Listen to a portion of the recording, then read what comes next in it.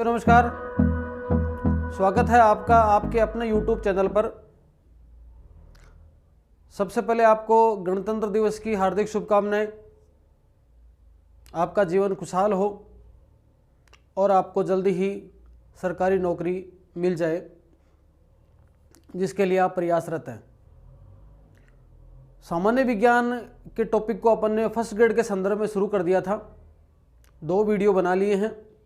एक में सामान्य विज्ञान में क्या क्या पढ़ना है वो बताया गया, और दूसरे वीडियो के अंदर कौन कौन से क्वेश्चन अब तक आए हुए हैं। ऐसा कोई भी विद्यार्थी जो आगामी फर्स्ट ग्रेड की तैयारी करना चाहता है, विषय कोई भी हो चाहे उसका, उसके लिए वीडियो काम का हो सकता है। आपका कोई मित्र साथी है तो आप उस तक शेयर कर सकते हैं। आज अपन टॉपिक शुरुआत कर देंगे सामान्य विज्ञान का। जो प्रथम टॉपिक अपन पढ़ने वाले हैं वो आपका होगा परमाणु एवं अणु। परमाणु एवं अणु, एटम एंड मॉलिक्यूल, ये पढ़ने वाले हैं। देखो, बहुत ही सरलतम तरीके से बताऊंगा। आप एक छोटी सी कोई बुकलेट डाल लें, ज़्यादा लंबी चौड़ी डालने की जरूरत नहीं है, जिसमें अपने जनरल साइंस को आसानी से कर पाएंगे। एक एक पॉइंट कंसेप्ट को लिखते जाएं। हो सकता है वीडियो एक आधे ज़्यादा बन जाए, पर मैं एकदम सरलतम तरीके से हर कोई विद्यार्थी आसानी से समझ सके ऐसे करवाने की कोशिश करूंगा। देखो, परमाणु और अणु, इनको शुरू करने से पहले मैं एक चीज से शुरुआत करता हूं, और वो शब्द आपने अगर सुना है कहीं तो एक शब्द है पदार्थ। दूसरा नाम क्या हो सकता है इसका? द्रव्य, मैटर। कोई भी मैटर, कोई पदार्थ, या उसको क्या बोल सकते हैं? द्रव्य। तो सबसे पहले रसायन विज्ञान में परमाणु और अणु पढ़ने के लिए आपको इन दोनों शब्दों की, या दोनों क्या एक ही शब्द है, इसकी परिभाषा पता हो। देखो, अभी आप थोड़ा सा गौर करो। आप जहां बैठे हो, इस वीडियो को देख रहे हो, आपके सामने कई प्रकार की कुछ चीजें होंगी। आपके हाथ में मोबाइल है, पेन हो सकता है आपके हाथ में, कॉपी हो सकती है, आप किसी टेबल कुर्सी पर बैठे हो वो हो सकता है, कोई मार्कर हो सकता है, सामने एक बल्ब जल रहा है, एक आधी ड्रेस कपड़े की टंग रही होगी, झाड़ू पड़ी होगी, पानी का गिलास पड़ा होगा, उसमें पानी होगा, और कोई तरल पदार्थ आपके पास होगा। अगरबत्ती करते हो तो धुआं कुछ आसपास में होता होगा। ऐसे कुछ चीजों का आप इमेजिन करो, एक बार के लिए सोचो। ये सभी चीजें जो आसपास में आपको दिखाई दे रही हैं, महसूस कर सकते हो, जिनमें वजन होता है, जिनका अपना आयतन होता है, उन सभी चीजों को क्या कहते हैं? पदार्थ कहते हैं। अब अगर पारिभाषिक रूप से बताएं तो पदार्थ की 3 खास बात याद रखो। कौन सी खास बात? किसी भी चीज की 3 खास बात याद रखो, उसको अपन पदार्थ कह सकते हैं। किसको? देखो, सबसे पहला, जो वस्तु क्या करे? स्थान घेरती है। कोई भी वस्तु स्थान घेरती है, आपके आसपास महसूस करो, जिस जिस वस्तु ने स्थान घेर रखा है ना, वो पदार्थ है, वो द्रव्य है। दूसरा, जिस वस्तु को ज्ञानेंद्रियों से महसूस किया जा सके,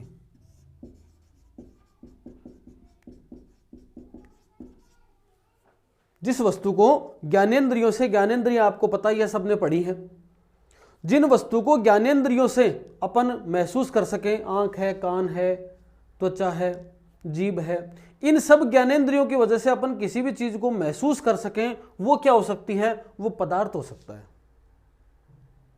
ठीक है।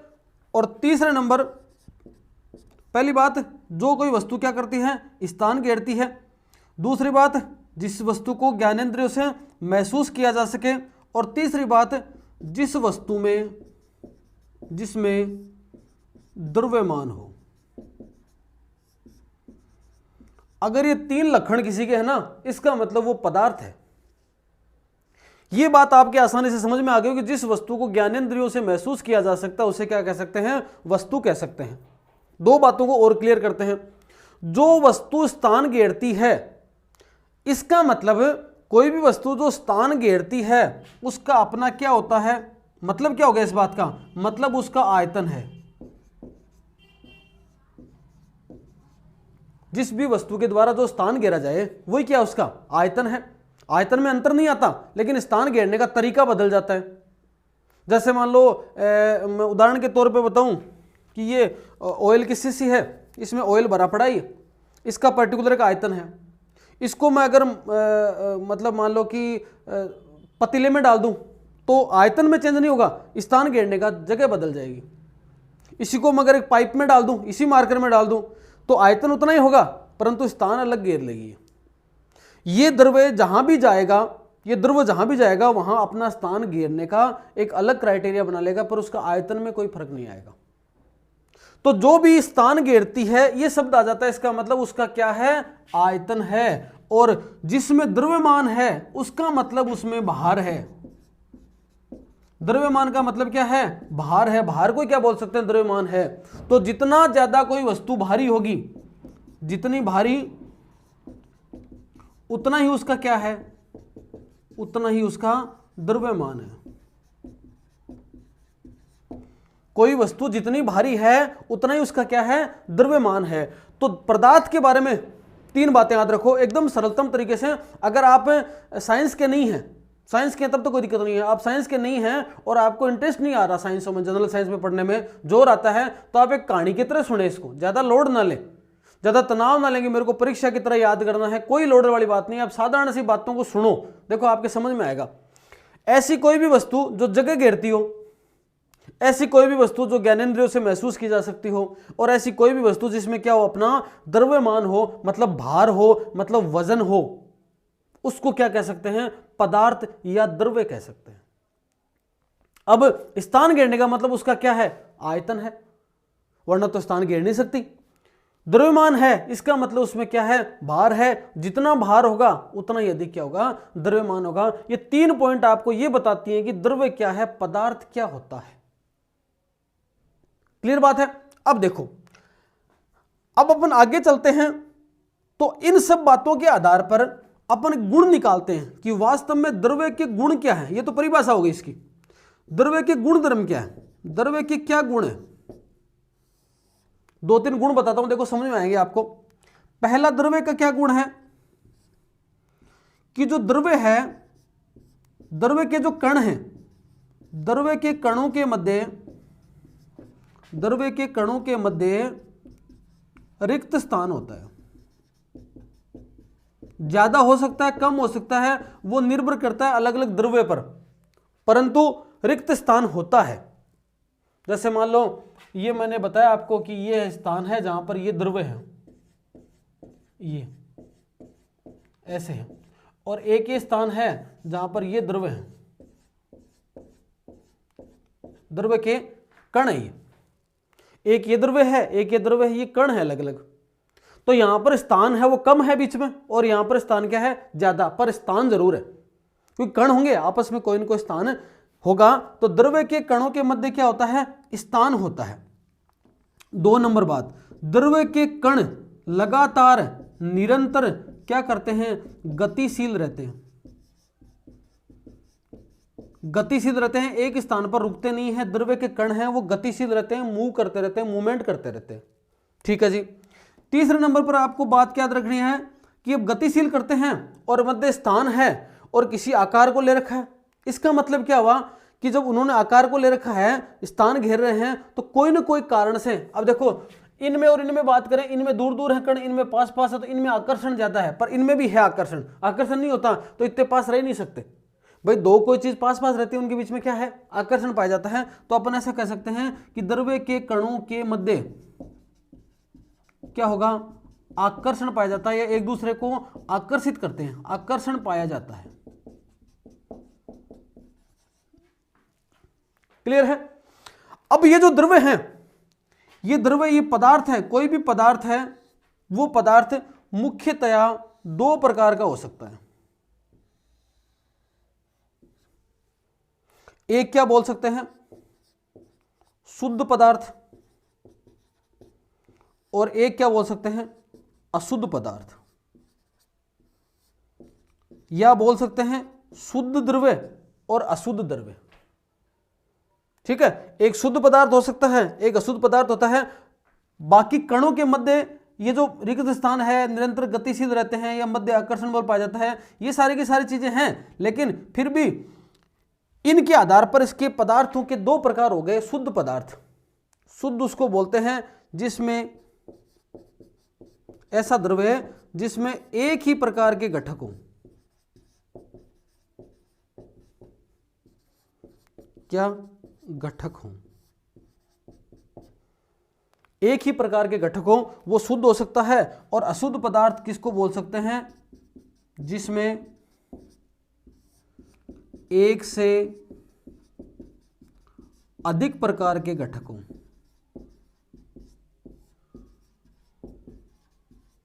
घटक हो, जैसे जल है, ठीक है, आपके लोहा है,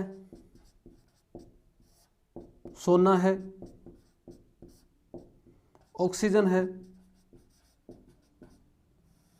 ये क्या है, शुद्ध पदार्थ है।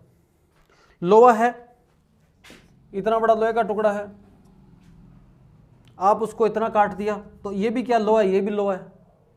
आपके पास पूरी बड़ी टिन है लोहे की, तो वो इतना टुकड़ा भी लोहा है तो लास्ट वाला भी लोहा ही है। चुंबक यहां भी चिपकेगी और वहां भी चिपकेगी, पूरा लोहा ही है वो। ऐसे सोना है तो सोना पूरा लोहा ही है, सोना पूरा सोना ही है, उसमें और किसी प्रकार की कोई चीज मिली भी नहीं है, सोना सोना ही है। हाँ, ये बात जरूर है कि शुद्ध है जब तक वो बोलते हैं ना शुद्ध सोना। शुद्ध सोना मतलब 24 कैरेट का, वो बढ़ नहीं सकता, किसी आभूषण का रूप धारण नहीं कर सकता। अपन क्या करते हैं, उसमें कुछ मिलाकर आभूषण का रूप धारण करवाते हैं उससे, तब वो शुद्ध नहीं रहता। फिर क्या हो जाता है, वो 22 कैरेट का हो गया। इसका मतलब 2 कैरेट अपन ने कुछ अशुद्ध चीजें मिलाई हैं, तो खुद पूरा क्या हो गया, अशुद्ध हो गया। बाकी सोना शुरुआत में क्या है, शुद्ध ही पदार्थ है। ठीक है, ऐसे ही यहां पर ऑक्सीजन है, शुद्ध ही है। ऑक्सीजन में ये 2 हैं बस परमाणु। अब ये ऑक्सीजन का चाहे आप कंटेनर भर लो तो भी ऑक्सीजन ही है, चाहे आप एक बाल्टी में डाल लो तो भी ऑक्सीजन है, चाहे एक बोतल में डाल लो तो भी ऑक्सीजन ही है।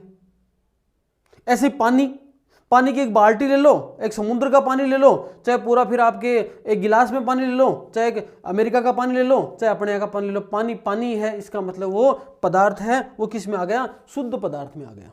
जल की बात करो, उसमें मिला हुआ तब वो अशुद्ध हो गया, उसमें मिलावट है, उसमें गंदगी है तो वो अशुद्ध हो गया। बाकी जल अपने आप में ये शुद्ध पदार्थ है। अब अशुद्ध पदार्थ किसको बोलेंगे, जैसे कोई पेय पदार्थ, आपने शरबत बनाया, ये शुद्ध पदार्थ नहीं है, क्योंकि उसमें कई प्रकार के क्या मिल गए, एक से अधिक प्रकार के घटक मिल गए, अवयव मिल गए, इस प्रकार की चीजें मिल जाती हैं। मिट्टी है, वायु है, अब वायु है उसमें कई प्रकार की गैसेज हैं, वायु है उसमें कई प्रकार की गैसेज हैं, उसमें कार्बन डाइऑक्साइड भी है, उसमें ऑक्सीजन भी है, उसमें नाइट्रोजन भी है। मिट्टी है, मिट्टी का अगर आप एक मुट्ठी में मिट्टी डालो, देखो उसमें कंकर भी मिलेगा, पत्थर भी मिलेगा, मिट्टी मिलेगी, कोई पत्ता भी मिलेगा, कोई बीड़ी का टुकड़ा भी मिलेगा। ये सब चीजें क्या हैं, वो चीजें कई सारी चीजें मिलकर बनती हैं, इसलिए उसको क्या बोल सकते हैं, अशुद्ध पदार्थ। तो 2 बातें हो गई कि द्रव्य के कण हैं, ये एक तरीके से उनके गुण धर्म हो गए, और ये द्रव्य के प्रकार हो गए, शुद्ध पदार्थ और अशुद्ध पदार्थ, शुद्ध द्रव्य और अशुद्ध द्रव्य। शुद्ध पदार्थों में अपन किसको शामिल करते हैं, देखो शुद्ध पदार्थों की जब बात आएगी तो आपको 2 चीजें याद रखनी है। 2 क्या याद रखनी है, एक शब्द आएगा आपके तत्व व एक आएगा यौगिक। और जब अशुद्ध की बात है ना, तब आपको एक ही चीज याद रखनी है, मिश्रण। 5 चीजें आज की वीडियो में करेंगे अपन। क्या करेंगे, परमाणु, अणु, तत्व, यौगिक, मिश्रण। ये क्या होते हैं, इनकी क्या परिभाषा है, ये अपन इसी वीडियो में, आज वाले वीडियो में कंप्लीट करेंगे। अभी तक आपने देखा कि पदार्थ क्या होते हैं, क्या परिभाषा है उनकी, मतलब कोई वस्तु स्थान घेरे, मतलब उसका आयतन है जिसे ज्ञानेंद्रियों से महसूस किया जा सके, और जिसका अपना द्रव्यमान हो, भार हो, वजन हो, बोझ हो, मतलब जबकि चीज में बोझ है, जबकि जगह लेवे, और जबकि महसूस करी जा सके ज्ञानेंद्रियों से, बिन के बोला पदार्थ बोला। और जब अति सारी क्वालिटी है, इतना सारा गुण है, तो पदार्थ में क्या बातें होगी कि पदार्थ के कणा के बीच में क्या हुआ है, स्थान हुआ है, और पदार्थ का कण आपस में गतिशील हुए हैं, और गतिशील होना के सागे सागे स्थान है उसका वो आकर्षण का प्रभाव होता है, वह आपस में एक दूसरे ने आकर्षित करें। पदार्थ कितने प्रकार का हो सके, दो प्रकार का हो सके, या तो शुद्ध पदार्थ है या अशुद्ध पदार्थ है। शुद्ध पदार्थ का मतलब क्या होगा, बिन तोड़ा ने जती बार भी तोड़ा तो वो शुद्ध ही मिले। लोहान तोड़ोगा तो लो ही मिलेगो। जल ने अगर एक टैंकर भरेगा है पानी को, बिम से एक बाल्टी काटोगा तो भी जड़ी है, एक लोटो काटोगा तो भी जड़ी है, एक गिलास काटोगा तो भी जड़ी है, एक परख नली काटोगा तो ही जड़ है। अगर शुद्ध है तो वो, अशुद्ध हो गया तब तो वो अपन उसका कोई सूत्र नहीं होगा। और अशुद्ध जकाम दो या दो से ज्यादा अवयव तत्व घटक कोई मिलेड़ा हुए बन के बोला अपन अशुद्ध बोला। जहाँ मिट्टी है, वायु है, माटी उठाऊंगा तो अशुद्ध ला देगी, वायु है भी तरह तरह की गैसा होंगी। तो अब आप समझ में आ गई कि पदार्थ की चीज है और द्रव्य की चीज है, दोनों एक ही बात है, दोनों का यह मतलब है। आगे देखो, अब देखो ये जो पदार्थ है, इस पदार्थ की क्या होती हैं, अवस्थाएं होती हैं। अब आप बोलोगे कि गुरुजी वो पदार्थ है वो हमेशा एक ही तरह को होगे, पदार्थ में कोई अलग अलग अंतर को नहीं आओगे, आवे अंतर। मुख्य रूप से तो 3 और अब तक खोजी जा चुकी 5 अवस्थाएं हैं पदार्थ की। मतलब पदार्थ धरती पर 5 अवस्था मिल लगो। कौन कौन सी अवस्था उसके है, पहली देखो ठोस,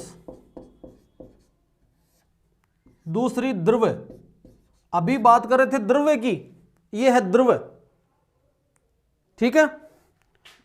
तीसरे नंबर पर है गैस। ये 3 तो प्रमुख है, मुख्य अवस्थाएं पदार्थ की, ठोस, द्रव्य, गैस, सॉलिड आपके लिक्विड और गैस। और 2 और खोजी जा चुकी है वैज्ञानिकों के द्वारा, एक का नाम है प्लाज्मा, जो आपने सुनी भी है, लगभग इसके बीच की सी अवस्था। और 5वें का नंबर है, आपको याद रखना है, Bose Einstein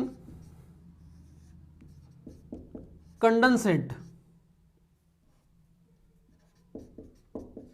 Bose Einstein condensate, इन 2 को केवल नाम याद कर लो, बाकी जरूरत भी नहीं है इनकी भी। पर 5 अवस्थाएं हैं कुल, बाय द वे ऑप्शन आ जाए तो इनको तो रट लेना, 5 के नाम को तो। पर मुख्य अवस्था 3 है, ठोस, द्रव्य और गैस। मतलब पदार्थ का कण जठे भी रहूंगा वह इन 5 अवस्थाओं में रहूंगा। प्लाज्मा नाम आपने सुना ही है, रक्त में भी प्लाज्मा नाम सुनते हो, प्लाज्मा आपका सुना हुआ है। बोस आइंस्टीन कंडेंसेट का मतलब बोस और आइंस्टीन नाम का 2 वैज्ञानिक ये बताते हैं कि अपने धरती के ऊपर इस अवस्था का होना संभव नहीं है, परंतु अंतरिक्ष में जहां पर आप किसी पदार्थ के अणुओं को इतना ठंडा कर दो, इतना ठंडा कर दो, 273 केल्विन एकदम माइनस ठंडा ले जाओ, कि उसके बाद वो एक फिक्स अवस्था तक पहुंच जाए। उनमें अगर थोड़ी बहुत भी छेड़खानी करी तो उसकी अवस्थाएं बदल जाएगी। उसको क्या बोलते हैं, ये वाली अवस्था बोलते हैं। इसकी खोज की जा चुकी है, परंतु ये अपने को नहीं समझना। आपको 3 बातें याद रखनी है कि पदार्थ की 3 अवस्थाएं होती हैं, ठोस है, द्रव्य है और गैस। उदाहरण के तौर पे देखो, जैसे मान लो पानी है, उसकी 3 अवस्थाएं, एक बर्फ, पानी है ही होने को तो, पर ये ठोस अवस्था में है, सॉलिड स्टेट है ये, ठीक है। एक पानी जो पी रहे हो आप, वो क्या है, इसका लिक्विड अवस्था में है। और तीसरा, इसी पानी का क्या बन गया, भाप बन गई, ये गैसियस अवस्था में है, गैस अवस्था में। मतलब पानी जब बर्फ रहा तो सॉलिड है, पानी जब पानी रहा लिक्विड है, और पानी जब भाप बन जाना गैस है। आपके सामने जितनी सारी चीजें पड़ी हैं, कई सारी देखो ठोस चीजें कौन कौन सी हैं। तरल चीज भी होगी, पानी पी रहे हो, दूध पियोगे, छाछ पियोगे, और कोई तरल पदार्थ होगा, वो तरल शीतल पेय है, ये पानी से संबंधित या आपकी द्रव्य अवस्था में है। और गैसीय अवस्था में, जो गैसेज अवस्था में होती हैं, भाप बनती है, ठीक है, अगरबत्ती करते हो तो धुआं निकलता है वो, और भी तमाम प्रकार की गैस हैं, वो गैस अवस्था में। मतलब मुख्य अवस्था 3 ही है। तो कहने का मतलब क्या हो, क्या देखो पदार्थ है, पदार्थ में जितना भी कण ही, पदार्थ का जो कण ही वह 3 अवस्था में मुख्य रहूंगा। पदार्थ के कण इन तीन अवस्थाओं में मुख्य मिलते हैं, या तो वो क्या ठोस अवस्था में रहेंगे, या द्रव अवस्था में रहेंगे, या फिर गैस अवस्था में रहेगा। ए दो केवल नाम याद कर लो, बाकी यहां के बारे में ज्यादा डिटेल से कौन जानना अपन। अब देखो ए तीन अवस्था होगी, ठोस, द्रव और गैस। तीनों अवस्थाओं में पदार्थ का कणा के अंदर के खास बात हुआ है, वह खास बात थोड़ी थोड़ी जाननी है अपन। तो खुद पढ़ोगा तो खुद समझ में आ जाएगी थारे। देखो एक तरफ मैं लिखता हूं ठोस, फिर मैं लिखता हूं द्रव, ये द्रव है, वो द्रव्य था, और एक मैंने लिख दिया क्या, गैस। अब आप ये बताओ, जो ठोस है ना, उसका देखो मैं पहला पॉइंट बोलूं, आकार निश्चित होता है। भाई कोई ठोस वस्तु है, भी आकार निश्चित है, ई आकार की रहोगी, काल भी देखूंगा तो, परसों भी देखूंगा तो ई आकार की रहोगी। आकार हमेशा किसी ठोस वस्तु का फिक्स है, बदलता नहीं है। आपके घर पे ताला, अभी तो गेट पे ताला लगा हुआ है, वो आज ताला हो जाए है, कल चाबी थोड़ी हो जाएगा, वो ताला ही रहेगा, उसी आकार का रहेगा, उसमें कोई परिवर्तन नहीं होगा। तो इसका आकार क्या होता है, ठोस वस्तु का निश्चित होता है, जब तक ठोस है वो। अगर निश्चित से बदल गया वो तो द्रव्य हो गया फिर, या गैस हो गई वो। जब तक ठोस है उसका आकार निश्चित रहेगा, वो बार बार में बदलेगा नहीं। आकार के बाद में आयतन भी क्या है इसका, निश्चित है। इस पेन को मैं अगर बाल्टी में डाल दूं तो भी इतना स्थान, ऐसा ही इसी रूप में स्थान घेरेगा। अगर इसको किसी बड़े से बेड पे रख दिया जाए तो भी इतना स्थान घेरेगा, बोर्ड पे कहीं रख दूं तो भी इतना स्थान घेरेगा, इसी स्थान से फिक्स स्थान घेरेगा। तो इसका आयतन भी क्या है, निश्चित है, कोई इसके अंदर अंतर आता नहीं है। उसके बाद में इसका घनत्व भी निश्चित है, घनत्व में भी कोई अंतर नहीं आएगा। द्रव्यमान और आयतन को एक निश्चित चीज तरीके से पढ़ते हैं ना भाई, वजन, बोझ और आयतन, दोनों एक निश्चित तरीकों पर जन अबिन के बोले घनत्व बोले। तो घनत्व भी को फिक्स है, कोई के अंदर अंतर को नहीं आओ, कोई चेंजेस को नहीं आओ। आगे संपीड्यता नगण्य होती है।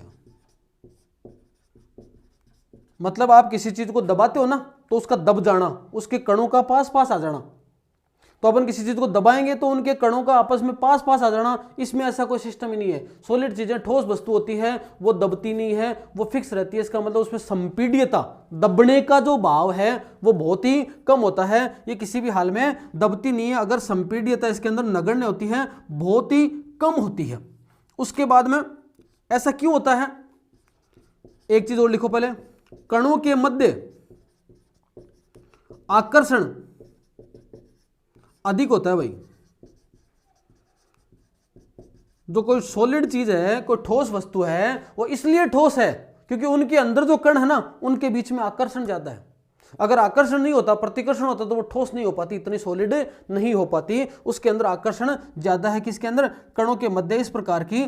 और उसमें जो कण हैं, उनमें कणों में विसरण, मतलब ऐसा बोल सकते हैं, विसरण अत्यंत कम होता है।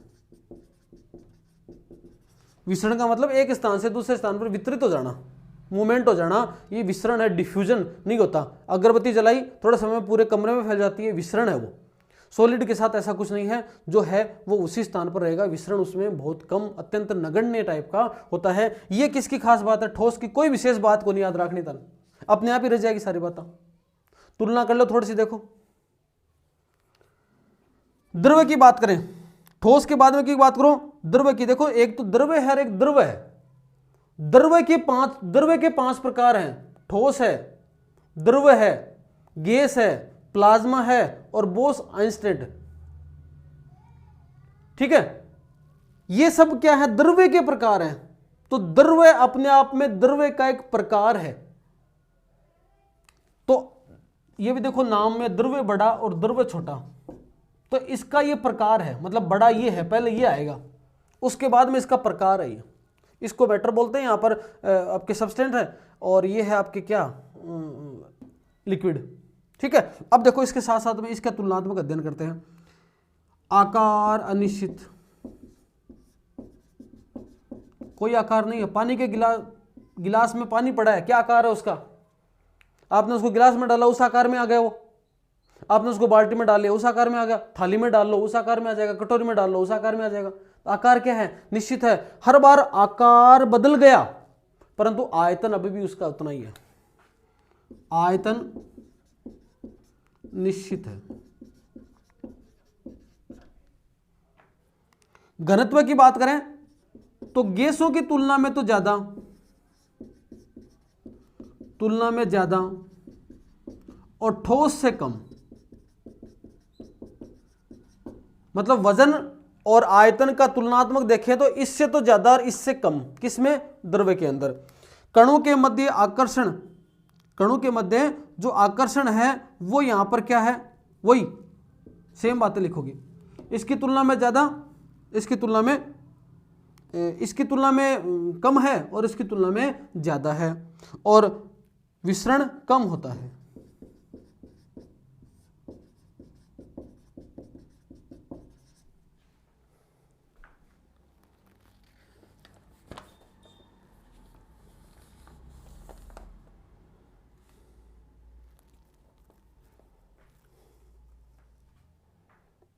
एक ये रह गई संपीड्यता बहुत कम। द्रव्य को भी आप नहीं दबा सकते। पानी का गिलास है, उसमें पानी है, उसको दबा नहीं सकते आप। दबाओगे तो उसमें क्या होगा? आकार बदल जाएगा भले ही, बाकी उसमें कोई अंतर नहीं आएगा। तो ये ठोस से बहुत कम हो गया यहाँ पर संपीड्यता। मध्य आकर्षण है, वो ये बात आ गई। इस तरह की लिख सकते हो कि आकर्षण है गैस की तुलना में अधिक, ठोस से कम।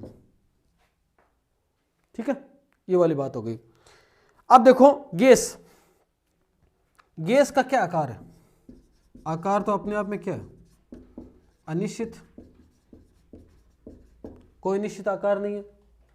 अरे आयतन आकार नहीं, इसका आयतन भी निश्चित नहीं है, निश्चित नहीं है, फैल जाती है चारों तरफ। कोई आयतन यहां पर फिक्स नहीं है, आयतन भी इसका निश्चित नहीं है। घनत्व है, दोनों चीजें हैं तो अत्यंत कम है घनत्व है। ठीक है। संपीड्यता अधिक, गैसों को दबाया जा सकता है, कंप्रेस किया जा सकता है, संपीड़न किया जा सकता है, उनमें परिवर्तन किया जा सकता है। ठीक है, संपीड्यता अधिक हो गई। उसके बाद में आकर्षण की बात करें तो कणों के मध्य आकर्षण अत्यंत कम। गैस के कणों के बीच में आकर्षण नहीं होता, तभी दूर दूर भाग जाते हैं। जैसे कोई गैस छूटती है, कण दूर दूर भाग जाते हैं क्योंकि उनके मध्य आकर्षण नहीं है। कोई सॉलिड होता तो आकर्षण शानदार होता और वो कण दूर दूर नहीं जाते। और विसरण अधिक, तभी विसरण होता है, फैलाव होता है, अधिक होता है।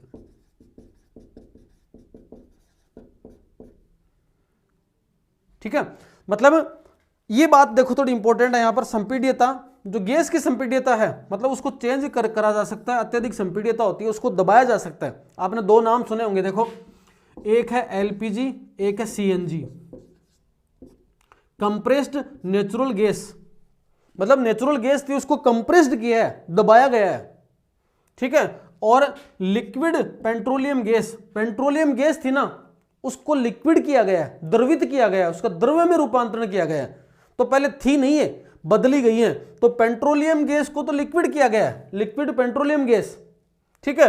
और नेचुरल गैस को क्या किया है? कंप्रेस किया गया है, संपीड़ित किया गया है। तो compressed natural gas, liquid petroleum gas, compressed natural gas, इनके आगे डिटेल में पढ़ेंगे। तो इससे क्या कर सकते हैं अपन? बदल सकते हैं। अतः लक्षण की कहीं पदार्थ की अलग अलग अवस्था, ठोस, द्रव्य और गैस अवस्था में क्या लक्षण होते हैं, द्रव्य में क्या लक्षण होते हैं और ठोस में क्या लक्षण होते हैं, ये आपको लक्षण। आपने ये देखा कि द्रव्य वास्तव में क्या होता है, द्रव्य की कौन सी अवस्थाएं होती हैं, किस अवस्था के क्या गुण धर्म होते हैं। मैंने 5 नाम लिखे थे, परमाणु, अणु, तत्व, यौगिक, मिश्रण। इनके बारे में जानेंगे। देखो, इससे पहले ये समझो आप कि लगभग 500 ईसा पूर्व कुछ दार्शनिक हुए जिन्होंने कुछ अपने नियम बताए, कुछ अपनी बातें बताई। वो बातें क्या थी? देखो, सबसे पहला दार्शनिक हुआ कणाद, महर्षि कणाद।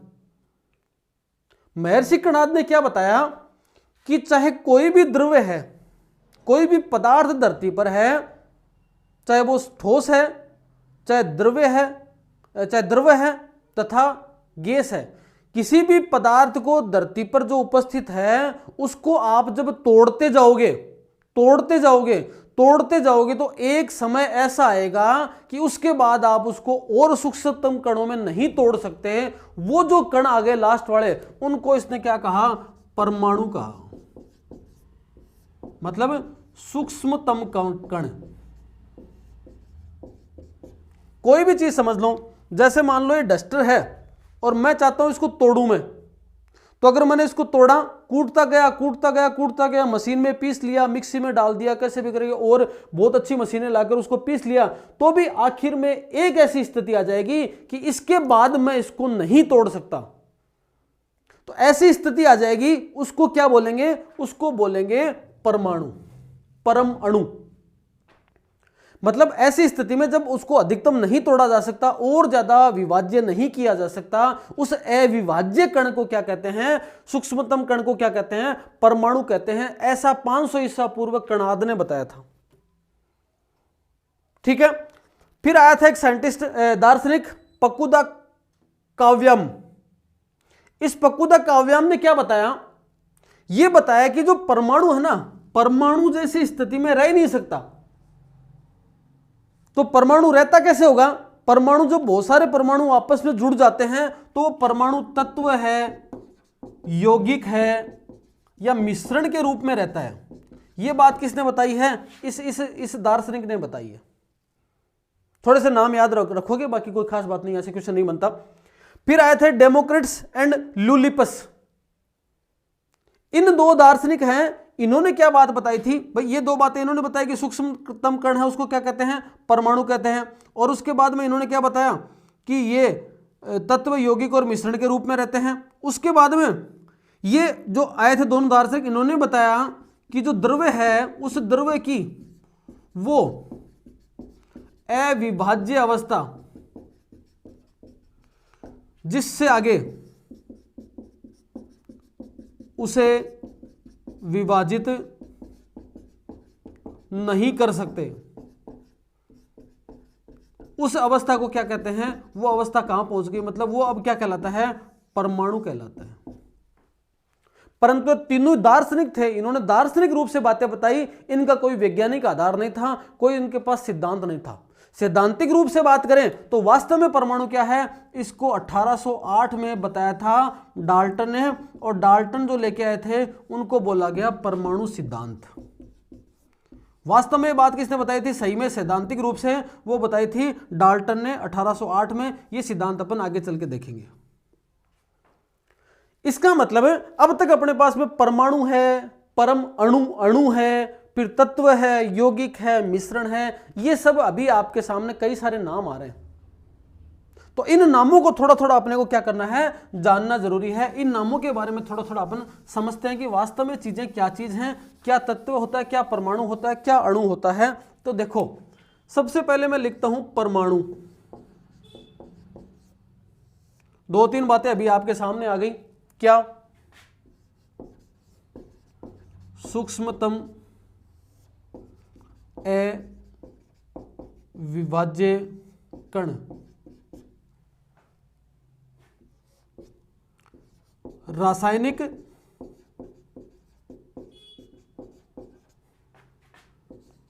अभिक्रिया में भाग लेता है।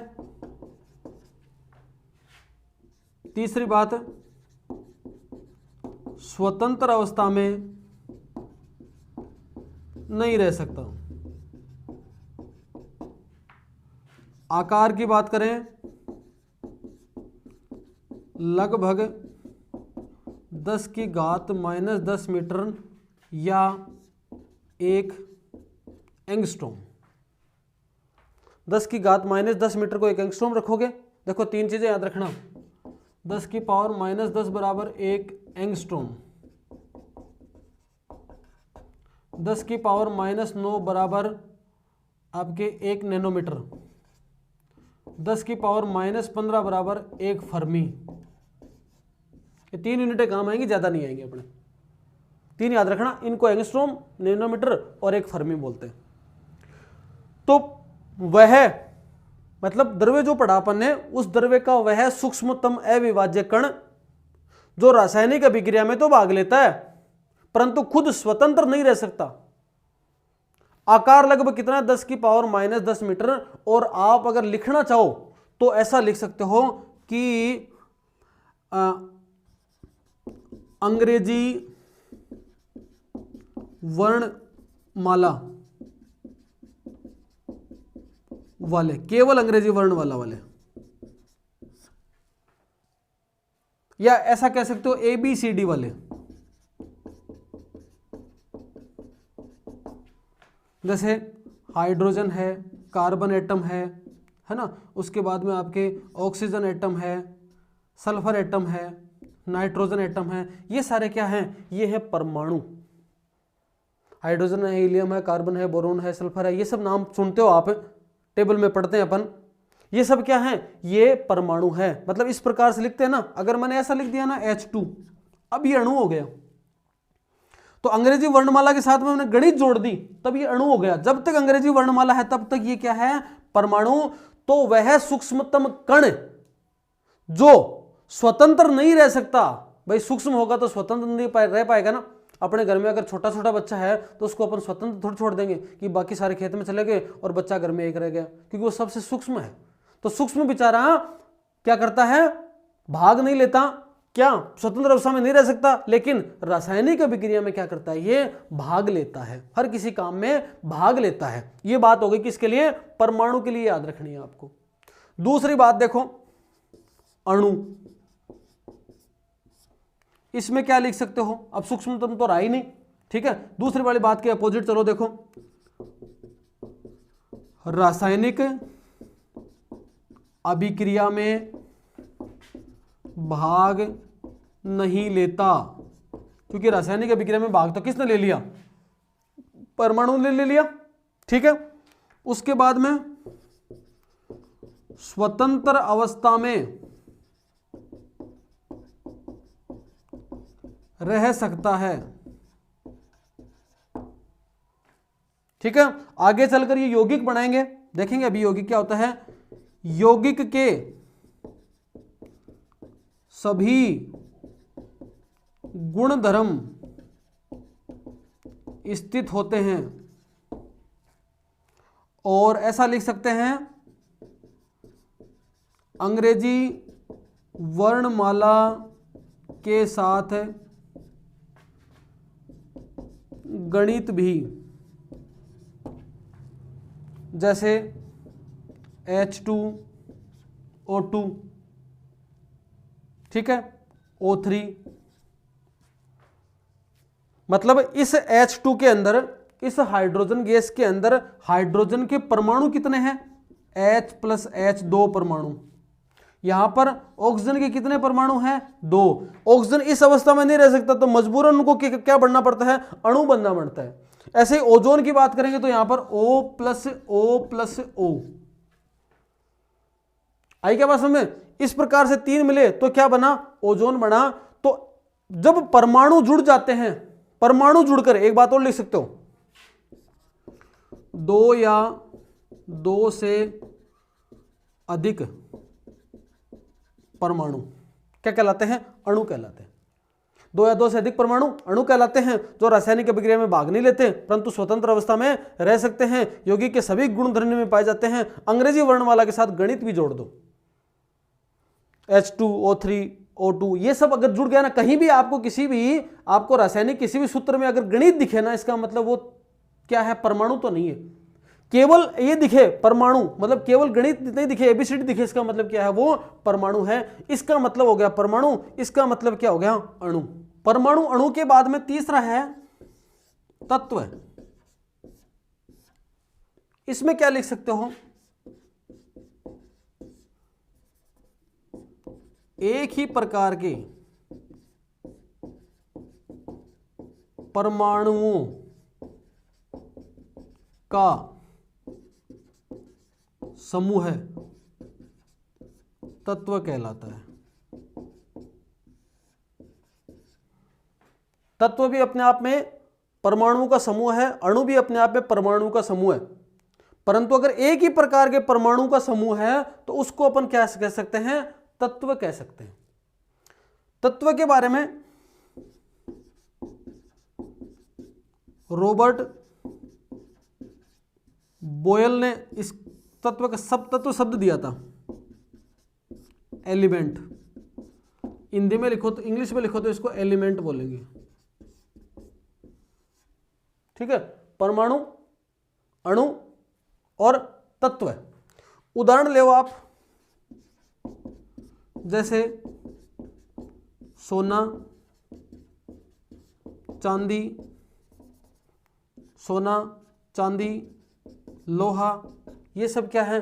तत्व है। लोहा जब बना, आप इतने बड़े लोहे की कोई चीज बनाओ, सभी पूरी चीज लोहे से ही बनी है, लोहा ही है वो पूरा। चांदी है, वो चांदी अपने आप में, सोना अपने आप में सोना ही है। ये सब है सोने के अंदर, चाहे इतना टुकड़ा वो भी सोना है, इतना बड़ा टुकड़ा वो भी सोना ही है। तो सोना, चांदी, लोहा, ये क्या है? तत्व है। मतलब सोने में सारे परमाणु किसके हैं? सोने के ही हैं। चांदी में सारे परमाणु किसके हैं? चांदी के ही हैं। लोहे में सारे परमाणु किसके हैं? लोहे के ही हैं। ठीक है, आगे देखो, 4 नंबर पर आता है यौगिक। 4 नंबर पर क्या आता है? तत्व के बाद में आता है यौगिक। ऐसा लिख सकते हैं, 2 या 2 से अधिक तत्व। 2 या 2 से अधिक तत्व क्या क्या बोल सकते हैं? उनको बोल सकते हैं अपन यौगिक।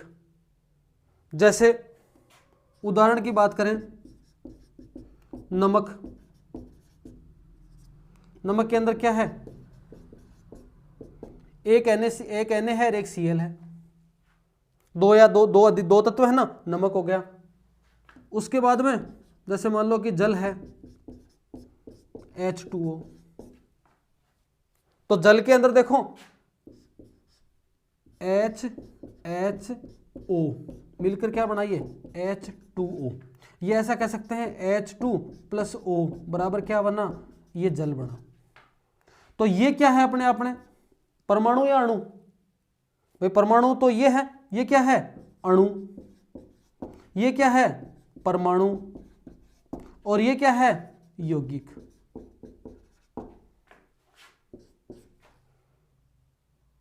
ठीक है, इसको क्या बोल सकते हैं अपन? इसके हिसाब से तत्व भी बोल सकते हैं, क्योंकि समान है ना इसमें। इसको अगर और ज्यादा अपन करें आगे तो H + H, तो ये भी H है, ये भी H है। सेम हो तो उसको क्या बोल सकते हैं? यौगिक तत्व बोल सकते हैं। और 2 या 2 से अधिक तत्वों से मिलकर कोई बना तो उनको क्या बोल सकते हैं? आपके यौगिक बोल सकते हैं। इन दोनों को मिलाकर अपन ने क्या बोला था अभी याद करो शुरुआत में? इनको बोलते हैं शुद्ध पदार्थ। मतलब शुद्ध पदार्थ के अंदर क्या क्या आएंगे? तत्व और यौगिक को शामिल करेंगे, जिनमें आपके एक ही प्रकार के परमाणु होंगे उनको तत्व बोलेंगे, और एक से ज्यादा प्रकार का परमाणु हो जाएगा बिन के बोलांगा, या 2 या 2 से ज्यादा प्रकार का तत्व हो जाएगा बिन के बोलांगा यौगिक। ये आपके तत्व और यौगिक की अलग अलग परिभाषा होगी। अब देखो 5वें नंबर पर एक बात और आती है जिसको बोलते हैं मिश्रण।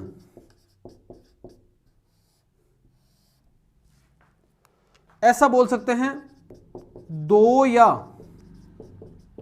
2 से अधिक तत्व व यौगिक की अनिश्चित मात्रा,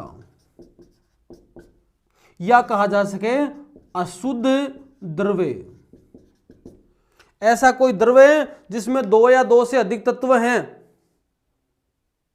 यौगिक हैं, परंतु उनकी मात्रा कोई निश्चित नहीं है, उसको अपन क्या कह सकते हैं? उसको कह सकते हैं अशुद्ध द्रव्य या मिश्रण कह सकते हैं। जैसे उदाहरण के तौर पे वायु है,